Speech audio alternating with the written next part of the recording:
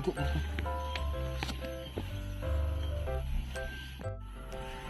Diba? Ang tagal namin hindi nakapag-video, kaya ngayon nilulubos-lubos na namin. Natapos na yung cardinal, kita nyo naman.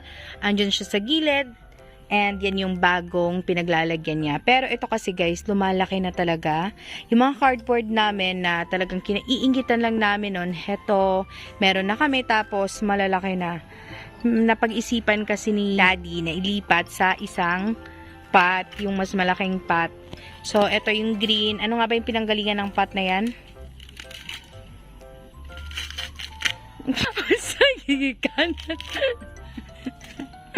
Ano nga pala yung pinanggalingan ng pot na yan? Orange marmalade. Ay, yung marmalade. So, kung nagtatanong kayo kung nasan na yung marmalade, guys, naku, hindi talaga sinuwerte and wala na kaming magagawa doon. Wala na siya dito. Malaki na sana yon. Pero, Liwat na binta. So, malaki. oo, nakapagbenta kami ng ganun, guys. Pero hindi na kami lugi kasi nga nakabenta kami. Kaso nga lang, merong naiwan sa amin, guys. Sa totoo lang, hindi naaalagaan. Nakikita nyo siya, nandito siya sa video, hanapin nyo na lang. Ayan, meron pa kasi kaming natitirang mix dito. Sayang naman kung hindi namin siya mailipat. Pero okay pa naman siguro yung mix niya.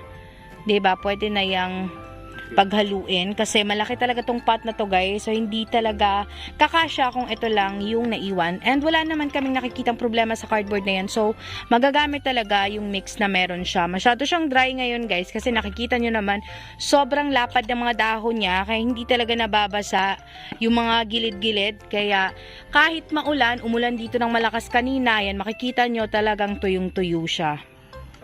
Ito nga pala yung kasabay niya. Ayan, sobrang nakakaawa. Pero nakakita nyo, meron na siyang maliit na pula. So, yung pula na yan, baka good sign yan, pero hindi na rin ako sure. Kasi inatake to, guys. Kaya, hindi siya masyadong gumanda.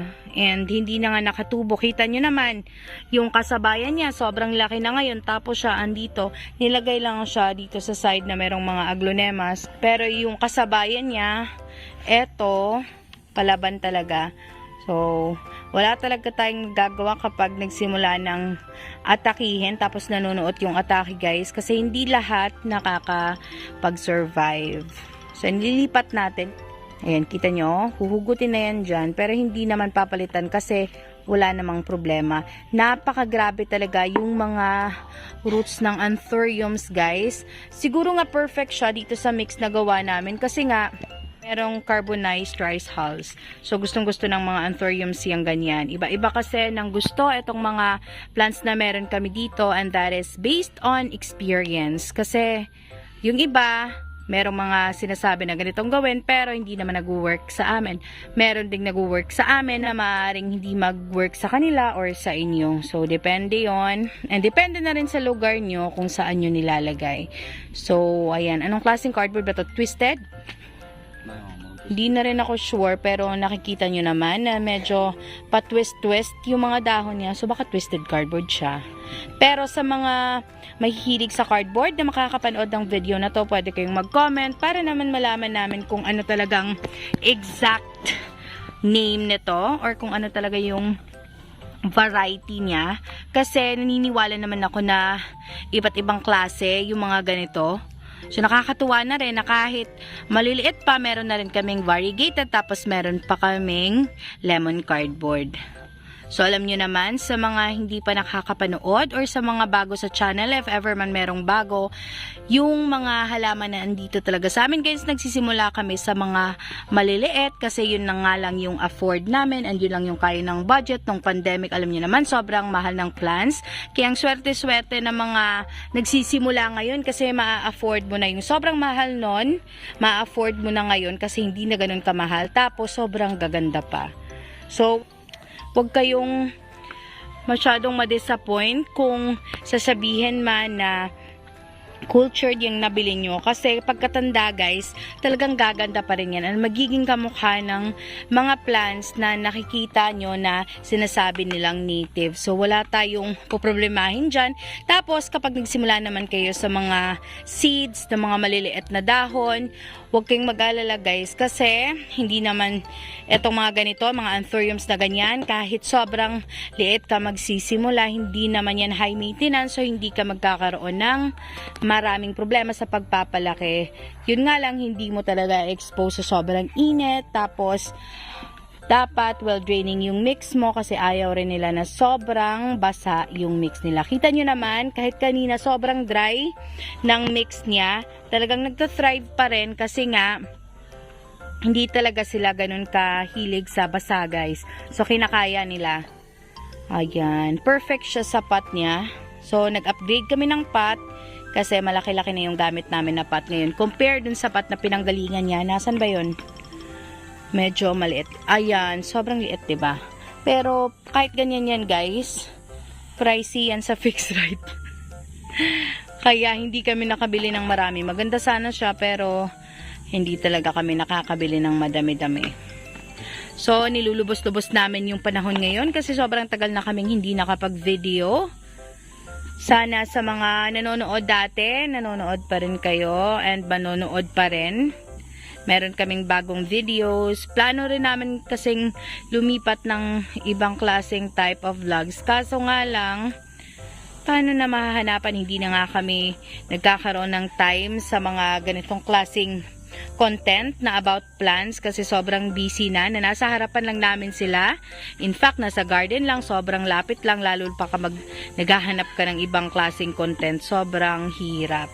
So, talagang masyadong kinakain ng oras ngayon or masyado nang kinakain ng pagiging parents yung oras namin ngayon dahil nga nagbago na yung klase si Bia, yung klase niya afternoon, tapos si Kuya naman yung klase niya from 6:30 in the morning up to 12:30, kaya 4 AM gising na. So di naman pwedeng pagising mo, sa garden ka pupunta, syempre magpe-prepare ka ng kakainin, magpe-prepare ka ng breakfast.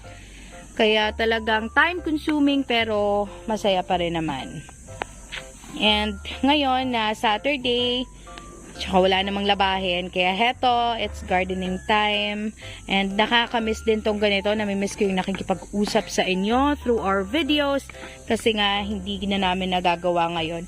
Feeling ko nga yung last upload namin, parang 1 month ago yon. Tapos hindi pa about plants.